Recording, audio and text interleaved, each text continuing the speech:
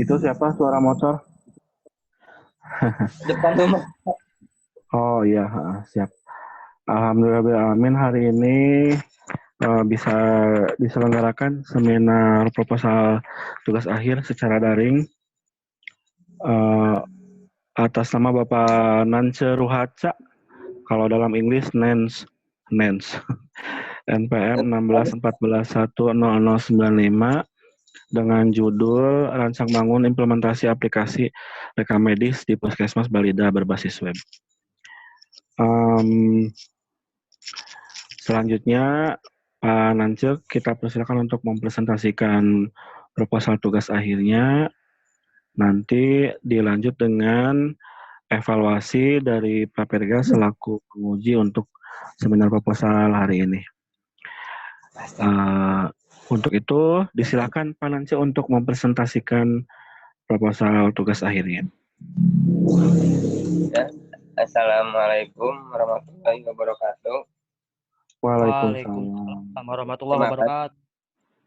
Terima kasih kepada Pak Ade Bastian selaku Dosim 1 dan Pak Perga selaku Dosim 2. Di sini saya akan mempresentasikan seminar tugas akhir Rancang Bangun Implementasi Aplikasi Rekam Medis di Puskesmas Balida berbasis web.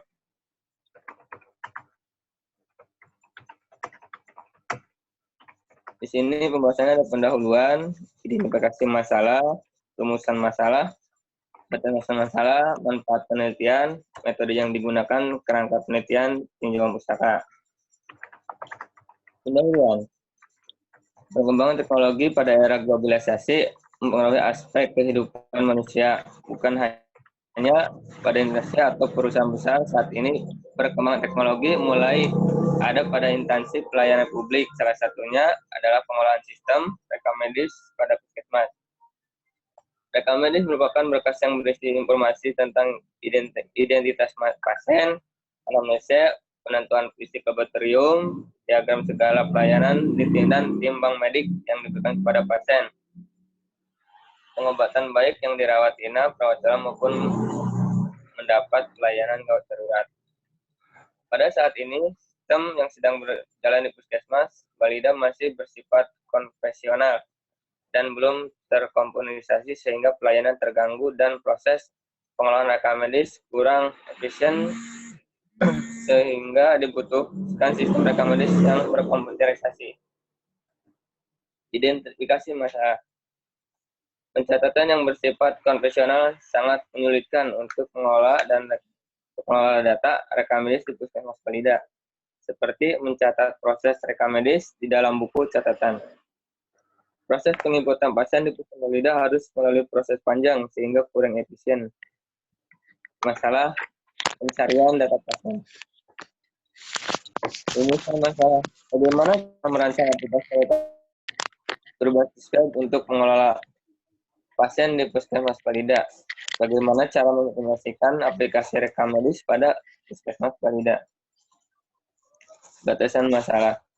Perancangan aplikasi ini mencakup data pasien yang datang pada hari ini dan data pasien yang sudah mendaftar sebelumnya, pemeriksaan dan pendaftaran pasien.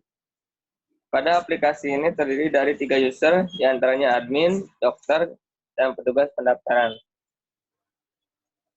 Bagi pihak Puskesmas Balida, memberikan kemudahan proses pelayanan kepada pasien dan membantu mempercepat kerja tenaga kesehatan serta mempermudah pendataan pasien di Puskesmas Balida. Meningkatkan efektivitas waktu bagi pihak Puskesmas Balida, meminimalisir kekeliruan dalam segala aspek pelayanan. Nah, bagi peneliti, pembuatan aplikasi ini menjadikan tolak ukur untuk meningkatkan pengetahuan di masa yang akan datang. Ini metodenya, Pak. Pakai inter-development. Kerangka penelitian. Kerangka penelitian ada pendahuluan. Di dalam pendahuluan ada latar belakang, merumuskan masalah, tujuan dan manfaat, batasan masalah. Pengumpulan data. pengumpulan ada 2 metode, wawancara sama observasi. Analisis sistem. Ada 3 identifikasi masalah dan kebutuhan sistem. 2 analis ke sistem yang sedang berjalan. 3 analisis sistem yang diusulkan. Perancangan aplikasi. Membuat perancangan aplikasi, perancangan tampilan aplikasi, terus implementasi dan penulisan laporan. Tinjauan pustaka. Terima kasih, Pak. Oke. Saya persilakan pada Pak Perga untuk melakukan pengujian terhadap proposal ini. Iya, terima kasih Pak Ade Bastian dan terima kasih juga kepada Pak Nance yang telah hadir di seminar tugas akhirnya.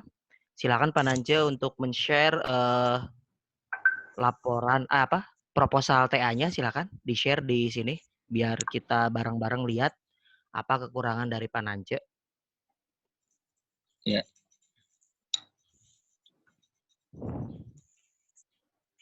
Ada filenya? Pak.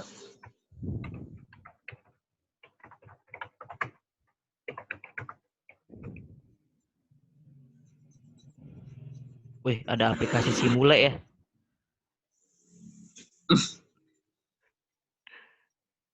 Dari pagi. Ya, silakan dibuka dulu. Wih, belakangnya ada background-nya.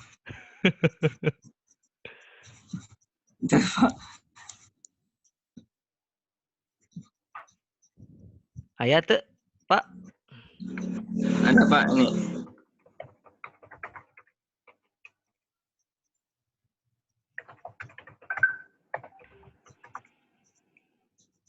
Yang ini, Pak.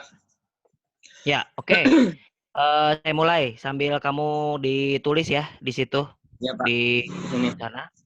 Yang harus diperbaiki pertama adalah logo Unma-nya diperbaiki. Itu bukan logo Unma yang legal.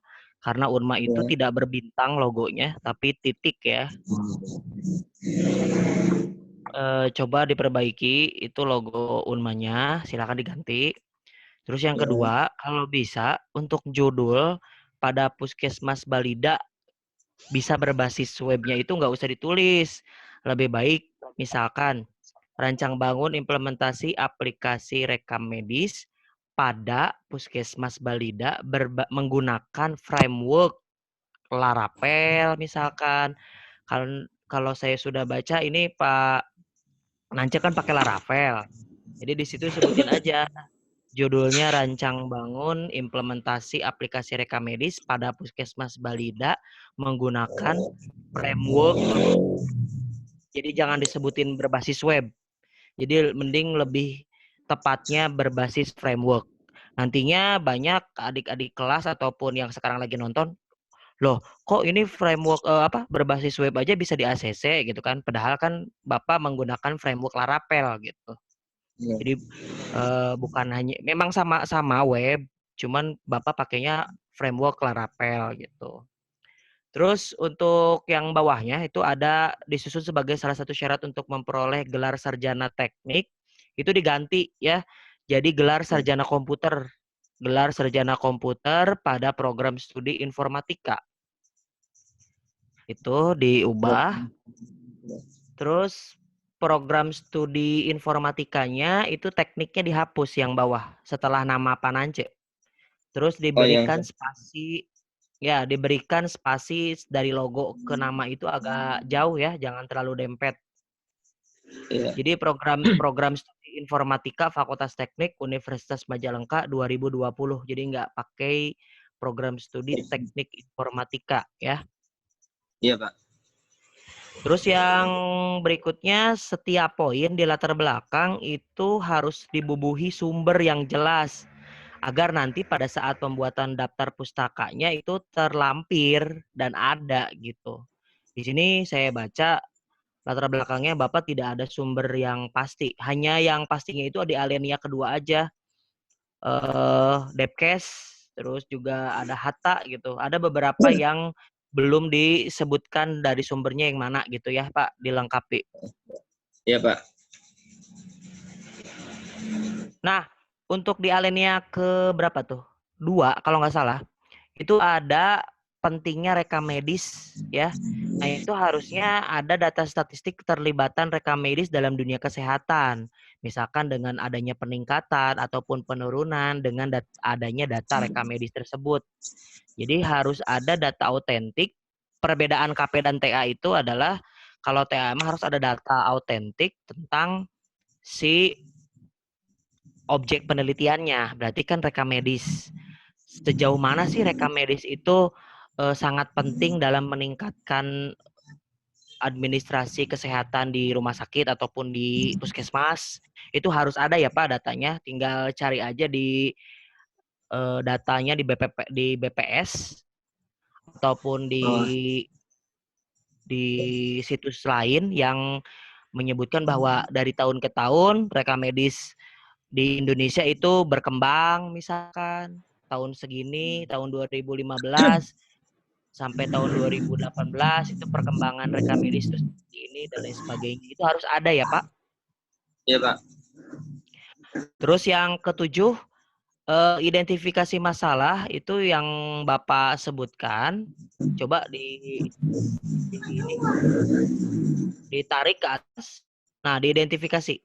Identifikasi masalah kalau bisa itu semuanya harus ada keterkaitan yang ada belakang. Jadi keterkaitan antara latar belakang sama identifikasi masalah itu harus sama ya Pak.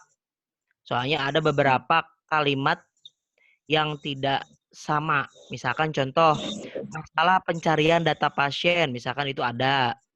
Proses penginputan pasien di puskesmas Balida harus sepanjang sehingga kurang efisien. Nah itu kurang apa ya? Kalimatnya kurang memunculkan masalah yang akan diselesaikan gitu tuh Pak.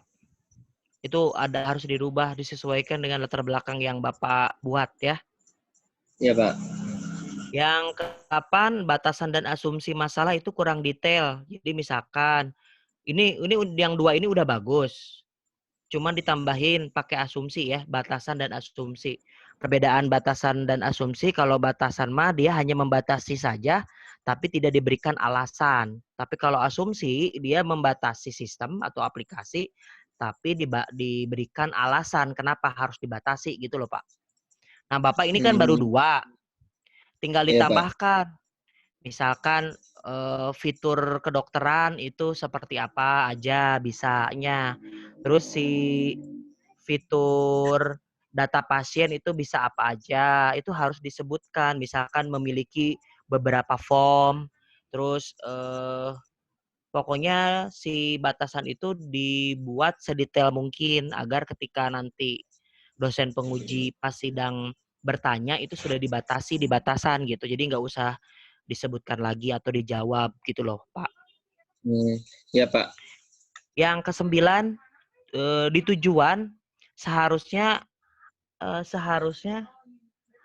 bentuknya itu kata kerja ya Pak. Misal yang Bapak tulisan mengetahui perancangan aplikasi rekam medis berbasis web untuk mengelola pasien pada puskesmas Balida. Nah itu bentuknya bukan tujuan tapi itu lebih melihat ke seperti manfaat penelitian Pak. Jadi harus kata kerja. Contoh, merancang aplikasi rekam medis pada pasien di puskesmas Balida, bla bla bla bla, misalkan gitu. Jadi bentuknya kata kerja. Jadi dengan bisa dibilang jawaban dari rumusan masalah lah ya, gitu Pak. Terus yang ke-10, manfaat itu jangan membuat manfaat itu bentuknya itu harus manfaat yang bentuknya itu praktis yang bisa dirasakan dengan adanya aplikasi ini yang lebih implementatif ya. Kalau manfaat yang Bapak buat ini ini kurang implementatif menurut saya. Jadi memberikan kemudahan proses pelayanan kepada pasien dan membantu mempercepat kerja tenaga kesehatan serta mempermudah pendataan pasien di puskesmas Balida. Nah, kalimatnya tinggal diubah, lebih dibuat implementatif dan praktis gitu. Misalkan contohnya,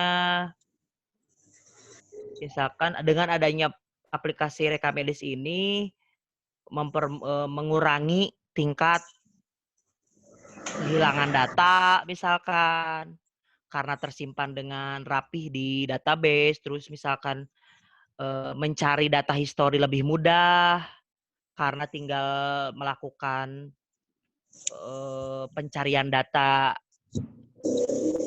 di fitur pencarian data misalkan gitu tuh Pak. Ngerti ya Pak ya? Oh, iya Pak. Manfaatnya tuh lebih ke gitu, lebih ke langsung dampak dari si aplikasi itu muncul gitu loh Pak. Terus yang sistematika itu kalau nggak salah ya, tapi nanti tinggal dibuka lagi pedomannya. Yang hasil bab 4 tuh, hasil penelitian dan pembahasan, kalau nggak salah hasil dan pembahasan ya, nggak ada penelitiannya deh. Tapi kalau saya salah ya udah berarti tetap aja seperti itu. Jadi hasil dan pembahasan, nggak ada hasil penelitian dan pembahasan. Gitu. Terus di bab berapa ya, di bagian kedua ya, itu Bapak ada tentang materi flowchart. Nah, gimana kalau yang flowchart itu Bapak kan di sini menggunakan RUP atau RAD? RUP ya? RUP. Nah, kalau RUP kan berbasis objek tuh Pak. Jadi kalau bisa flowchart-nya dihilangkan aja. Nantinya si flowchart itu diganti oleh activity diagram. Gitu. Diganti oleh activity diagram aja. Kalau untuk flow map tetap, karena kan kerangka penelitian bikinnya pakai flow map, menggunakan fase-fase. Kalau nggak salah RUP itu kan fasenya ada elaborasi, ya kan? Terus ada langkah-langkahnya tuh. Nah itu fase-fasenya itu dibuat, dikelompokkan sesuai kerangka penelitian yang Bapak buat. Terus kalau bisa nanti si Larapelnya itu tadi saya sebutkan masukkan di judul, ganti jangan web gitu ya. Iya Pak. Terus untuk aplikasi yang dibuat untuk pemodelan sistem, Bapak kan menggunakan Visio ya. Itu Visio itu menurut saya kurang baik untuk membuat diagram objek. Gimana kalau saya sarankan Bapak membuatnya menggunakan Star UML. Jadi Bapak bikinnya menggunakan Star UML bukan Visio. Jadi nanti itu bab 2 tentang Visionya dihapus, diganti menggunakan Star UML karena Star UML simbol-simbolnya lebih pas, dan yang kedua asosiasinya itu bisa sesuai dengan kaidah si UML-nya itu sendiri gitu kalau bisa. Terus karena Bapak ini sifatnya aplikasi, Bapak pengujiannya tidak hanya black box, Pak, tapi Bapak menggunakan black box dan white box. Jadi di bab di landasan teori itu Bapak tidak hanya membahas materi black box, tapi Bapak juga membahas materi tentang white box. Terus saya perhatikan dari awal sampai akhir tidak ada halamannya, Pak. Iya Pak, belum Pak. Belum ke ini. Ditambahkan halamannya jadi biar tahu bahwa ini halaman berapa yang salahnya, ini halaman berapa. Terus di kerangka penelitian itu masih ada kata-kata kerja praktek. Mungkin Bapak lupa untuk merubah dari modifikasi Bapak waktu dulu pas KP. Jadi masih ada beberapa kalimat kerja praktek yang nanti harus Bapak rubah. Gitu. Iya Pak. Terus yang berikutnya masih tata tulis ya. Nanti setelah tata tulis baru tanya jawab. Kerangka dibuat gitu kan. Jadi si fasenya itu memiliki data input, proses, dan output. Jadi nanti si flow map yang Bapak buat itu harus sesuai dengan RUP. RUP itu kan ada setiap langkah itu memiliki data input, data proses, dan juga data output. Jadi nanti digambarkannya enggak seperti kerangka penelitian yang Bapak buat. Coba dilihat Pak di bagian ketiga. Kerangka penelitian. Ditarik ke atas.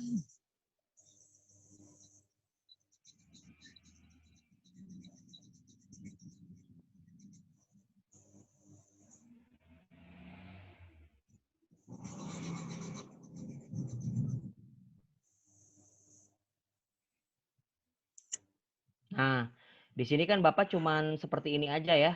Stop. Yep. Pendahuluan, pengumpulan data, analisis sistem, perancangan aplikasi. Ini kan nggak kelihatan mana bentuk prosesnya, mana bentuk inputnya, mana bentuk outputnya. Jadi kerangka penelitiannya harap diperbaiki, Pak. Ya, Gitu. Pak. Jadi ada 3 input, proses, output. Disesuaikan dengan fase-fase yang ada di RUP, yaitu ada elaborasi, terus ada tahapan testing dan lain sebagainya. Terus flow map yang sedang berjalan coba dilihat Pak. Di bawah. Di halaman berapa? 30 berapa gitu. Insepsi, elaborasi, itu kan ada transisi. Nah, yang di usulan ini yang berjalan. Nah, yang di berjalan ini dibuat agak besar aja Pak ya. Dibuat si gambarnya agak besar. Jadi dilihat ini agak buram. Jadi si langkah-langkah yang saya jelaskan itu nggak terlalu kelihatan. Jadi biar nggak buram, gini aja, Bapak keterangannya di awal, nanti si gambarnya itu landscape sendiri deh. Di lembar landscape sendiri. Nanti penjelasannya di halaman sebelumnya, nanti di halaman setelahnya itu gambar. Agak besar lah gitu, dibuat landscape. Terus yang usulan juga sama, karena kan kompleks usulan mah, banyak tuh langkahnya. Jadi si langkah-langkah si usulan rekam medis itu Bapak buat agak besar sama-sama yang sedang berjalan. Yang sedang berjalan. Biar rapih ya. Soalnya Iya, kan Pak. di situ banyak entitas yang terkaitnya. Terus use case, silahkan dibuka dilihat use case.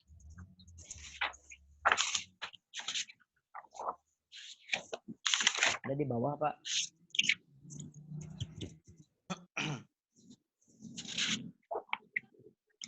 Nah, pembuatan use case seperti ini tuh menurut saya kurang baik Pak. Kenapa? Karena ketika Bapak lihat aktor ya, aktornya masing-masing memiliki interaksi masing-masing. Jadi mereka memiliki interaksinya masing-masing si aktor tuh. Nah, pas lihat di kelas diagram, mereka saling keterkaitan, lihat di bawah. Jadi Bapak harus nyambung antara use case yang garisnya asosiasinya saling keterhubungan, saling keterkaitan. Nah, di kelas diagram juga harus sama gitu. Kalau kelas diagramnya lihat, Bapak sudah in untuk admin dan use case login untuk dokter. Kenapa enggak use case-nya satu aja, Pak? Use case-nya satu aja, tinggal garis asosiasinya ditempelkan ke login yang ada di admin.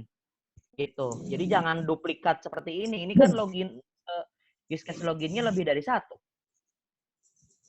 Iya, Pak. Seolah-olah si tabelnya itu jadi ada 3. Intinya database-nya ada 3. Login admin, login petugas pendaftaran, sama login dokter. Seharusnya kan sama-sama di form login yang sama kan? Iya. Cuman perbedaannya adalah fasilitas yang mereka bisa gunakan gitu. Jadi use case-nya diperbaiki. Karena ini bentuknya digital, jadi saya susah untuk coret-coretnya. Jadi yang saya coret itu adalah login, use case login yang ada di petugas pendaftaran. Coret juga use case yang login di dokter. Use case itu yang bulat ya, yang elips itu disebutnya use case. Iya, Pak. Kalau kotaknya itu disebutnya boundaries. Kalau garisnya itu disebutnya asosiasi, dan kalau orangnya disebutnya aktor. Jadi si bulatnya, si use case-nya loginnya cukup 1. Terus ketika lihat use case, Bapak kan bentuknya seperti ini. Coba balik lagi ke atas, Pak. Yang usulan. Flow map usulan, yang bawah. Nah, entitasnya ada berapa? Coba di atas. Tuh, entitasnya ada berapa? Ada pasien ya? Iya, pasien. Ada pasien, terus? Ada sistem. Terus? Ada pendaftaran. Terus? Poli.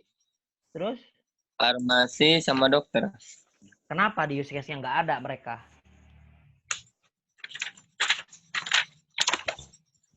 Jadi harus sama. Di usulan ada 6, berarti ada 5 lah ya, sistem nggak disebut. Ada 5. Si aktornya tuh ada bagian farmasi, ada bagian poli, ada bagian pendaftaran, ada pasien, dan lain sebagainya.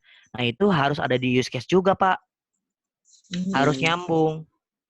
ID use case cuma ada 3 aktornya. ID usulan Bapak ada 5. Kan kalau sistem nggak disebut. Sistem itu ada di dalam boundaries, yang ada di dalam kotak. Gitu, Pak. Itu diperbaiki, Pak ya, use case-nya. Iya, Pak. Terus kelas diagram, coba tadi ke bawah. Yang warna biru. Nah, kelas diagram. Kabaca tuh, Pak. Soku Bapak eta isi atributnya apa, terus metodenya apa, terus Iya, Pak. Konsultan, Pak. kardinalitasnya apa, nggak kelihatan kan? Nah, Iya. kalau bisa si penjelasannya itu dipisahkan antara gambar dan penjelasan. Jadi kalau bisa si gambarnya itu di lembar berikutnya, tapi selembar tuh, Pak, dibuat landscape. Oh, iya, Pak. Biar si pembaca itu bisa melihat keterkaitan kardinalitas dari 1 ke 0, dari 0 ke banyak, dari banyak ke 0 gitu kan. Itu harus ada. Bapak kardinalitasnya juga nggak kelihatan sama saya ini. Dari tabel yang paling atas ke tabel yang bawah dan tengah itu nggak ada kardinalitas. Kardinalitas itu bentuknya kalau di pemrograman konvensional, bukan OOP, itu bentuknya ada many to 1, M to 1, 1 to M gitu kan, kayak gitu. Kalau OOP mah bentuknya kalau banyak itu pakai simbol bintang, kalau 0 itu berarti kosong, bisa dikosongkan, kalau 1 itu harus diisi gitu. Itu harus ada, Pak, diperbaiki. Iya. Activity dan sequence itu Bapak baru sebagian ya diutarakannya kejadiannya. Iya, Pak. Belum sampai ke farmasi, belum sampai ke poli ya, baru ngejelasin tentang pasien dan sistem ya. Iya, Pak, belum, Pak. Ya, nanti tinggal dilanjutin. Jadi si activity-nya itu bisa 1 lembar itu langsung sekaligus, atau bisa Bapak buatnya per kegiatan. Misalkan kegiatan untuk pendaftaran, 1 diagram. Pendaftaran untuk pengambilan obat, farmasi, 1 diagram. Terus poli, 1 diagram. Atau bisa disatuin tapi banyak gitu. Bebas. Gitu. Terus terakhir di daftar pustaka dilihat, Pak, paling bawah. Ini daftar pustakanya baru sementara ya, Pak ya? Iya, Pak. Belum ditambahkan. Bentuknya harus ascending paragraf ya. Jadi hurufnya dari A sampai Z ke bawah. Jangan sampai Agus Eka ada di bawah, tapi Hatta G ada di atas. Harusnya kan Agus Eka dulu, terus udah Agus Eka Al-Bahri, gitu kan. A, B, C, D, F, G. Ya, Iya Pak. harus ascending, harus mengurut si daftar pustakanya tuh. Nah, itu untuk tata tulis yang Bapak harus perbaiki. Jadi nanti judul juga ada perubahan, pakai framework Laravel, jangan berbasis web, diganti. Jadi kegiatan rekam medis Bapak tuh, Bapak akan menceritakan dari proses mana aja mulainya? Coba saya tanyakan itu. Yang mana Pak? Jadi aplikasi yang Bapak buat itu, proses kegiatannya itu menggambarkan proses dari apa sampai apa prosesnya. Misalkan Bapak mau ke pasar kan? Bapak mau ke pasar, berarti prosesnya ibu datang ke pasar, turun dari mobil, terus belanja, terus akhirnya pulang. Berarti Bapak kalau untuk yang aplikasi Bapak buat ini, prosesnya itu Bapak gambarkan dari awalnya apa, prosesnya apa, akhirnya apa. Oh, itu pasien kan yang sedang berjalan dulu ya Pak? Apa yang diusulkan? Yang langsung yang mau diusulkan aja, yang mau Bapak buat. Yang mau diusulkan saya tuh kalau dari pendaftaran langsung dimasukkan si pasien melakukan pendaftaran berarti ya? Si pasien melakukan pendaftaran, petugas pendaftaran mendaftarkan nama pasien sama alamat, sudah dimasukkan ke pendaftaran, langsung ke bagian pemeriksaan. Poli ya? Nah, ke bagian poli. Bagian poli diinput, nanti sama dokter diperiksa, dikasih resep, atau kalau ada tindakan dikasih tindakan. Kalau nggak ada tindakan, langsung dikasih resep, langsung ke farmasi, Pak. Ya, berarti kan kamu menceritakan dari awal sampai akhir, sampai nanti akhirnya rekam medisnya ditemukan bahwa Bapak ini tuh dia historinya penyakitnya apa gitu kan ya? Iya, Pak. Tersimpan dalam sebuah sistem. Gitu, iya. Ya, nah itu harus tergambar ya di use case, di activity, di sequence. Itu harus ada semua. Oh, iya, Pak. Ya. Jadi Bapak tinggal dilanjutkan. Saya cukup puas lah dengan TA yang Bapak buat. Karena pas saya baca, kalau Bapak judulnya web, terus saya baca di dalamnya nggak ada Laravelnya, saya tolak judulnya. Tapi karena Bapak pas saya lihat di dalamnya ada bacaan Laravel, berarti kan Bapak tidak menggunakan PHP natif, tapi menggunakan framework gitu. Jadi ya saya loloskan karena berpotensi juga untuk bermanfaat buat puskesmas balidanya ya. Iya, Pak. Nanti ke depan setelah seminar ini berarti kan mulai bimbingan juga ke Bapak, tidak hanya ke Bapas. Nanti Bapak dioptimalkan lagi pembuatan dokumentasinya atau laporan sama aplikasinya harus jalan berbarengan ya. Oh, Jangan iya, Pak. sampai aplikasi duluan, laporannya nantinya pasti nggak akan sinkron. Terus laporan duluan, nanti aplikasinya belakangan. Nanti kalau ada modifikasi pasti akan ngerubah lagi dari awal, bener kan? Iya, insya Allah, Ya Pak. jadi harus berbarengan gitu. Optimalkan bulan Agustus sidang ya. Insya Allah, Pak. Siap. Jadi dari sekarang mulai efektif. Dan saya tahu Pak Nance meskipun kelas karyawan rajin bertanya kepada saya, kepada Pak Abbas, meskipun belum intens.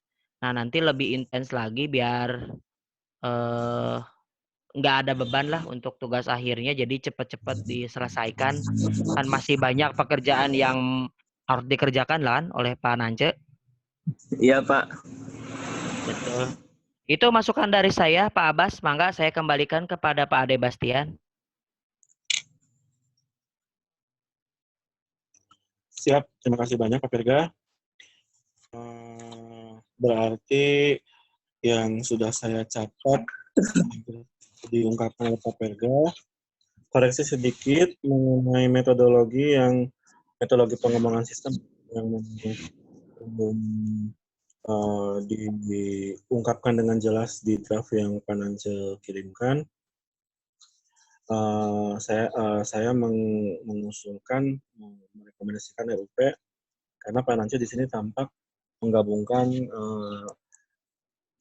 konvensional dengan OO ya, konvensional untuk menceritakan yang sedang berjalan, kemudian yang OO-nya untuk yang sehingga metode RUP Ya, Pak. bisa menggabungkan keduanya. Berarti sudah ya Pak Perga ya? Cukup ya? Itu untuk judul biarin Pak. Kita ubah yang tadinya berbasis web dirubah jadi menggunakan framework Laravel. It's okay. Biar Ini kan yang kalau ada yang baca kok masih berbasis web pasti di ACC gitu kan. Kalau menggunakan framework Laravel kan lebih beda gitu tingkatan pembuatan aplikasinya. ya boleh. Tinggal dirubah judulnya ya Pak Nance. Ya, siap Pak. Nanti di iList Pro-nya dirubah ya Pak? Ya, listranya dirubah. Ya, Kalau Pak. kartu bimbingan kalau mau ngeprint lagi mangga, kalau pakai kartu bimbingan yang dulu is okay. Ya, ya Pak. Ya, dengan demikian berarti hari ini seminar tugas akhir untuk saudara Lanceru Haca kami nyatakan lulus dan silakan untuk dilanjutkan ke tahapan selanjutnya. Kepada audiens silakan nanti japri ke saya dan Perga, boleh ke siapa dulu bebas untuk nanti di digital synod. Namun sebelum live saya izinkan minta izin dulu untuk capture. Jangan dulu live yang lain. Siap. Bentar, remote. 2. Si Oki can mandi.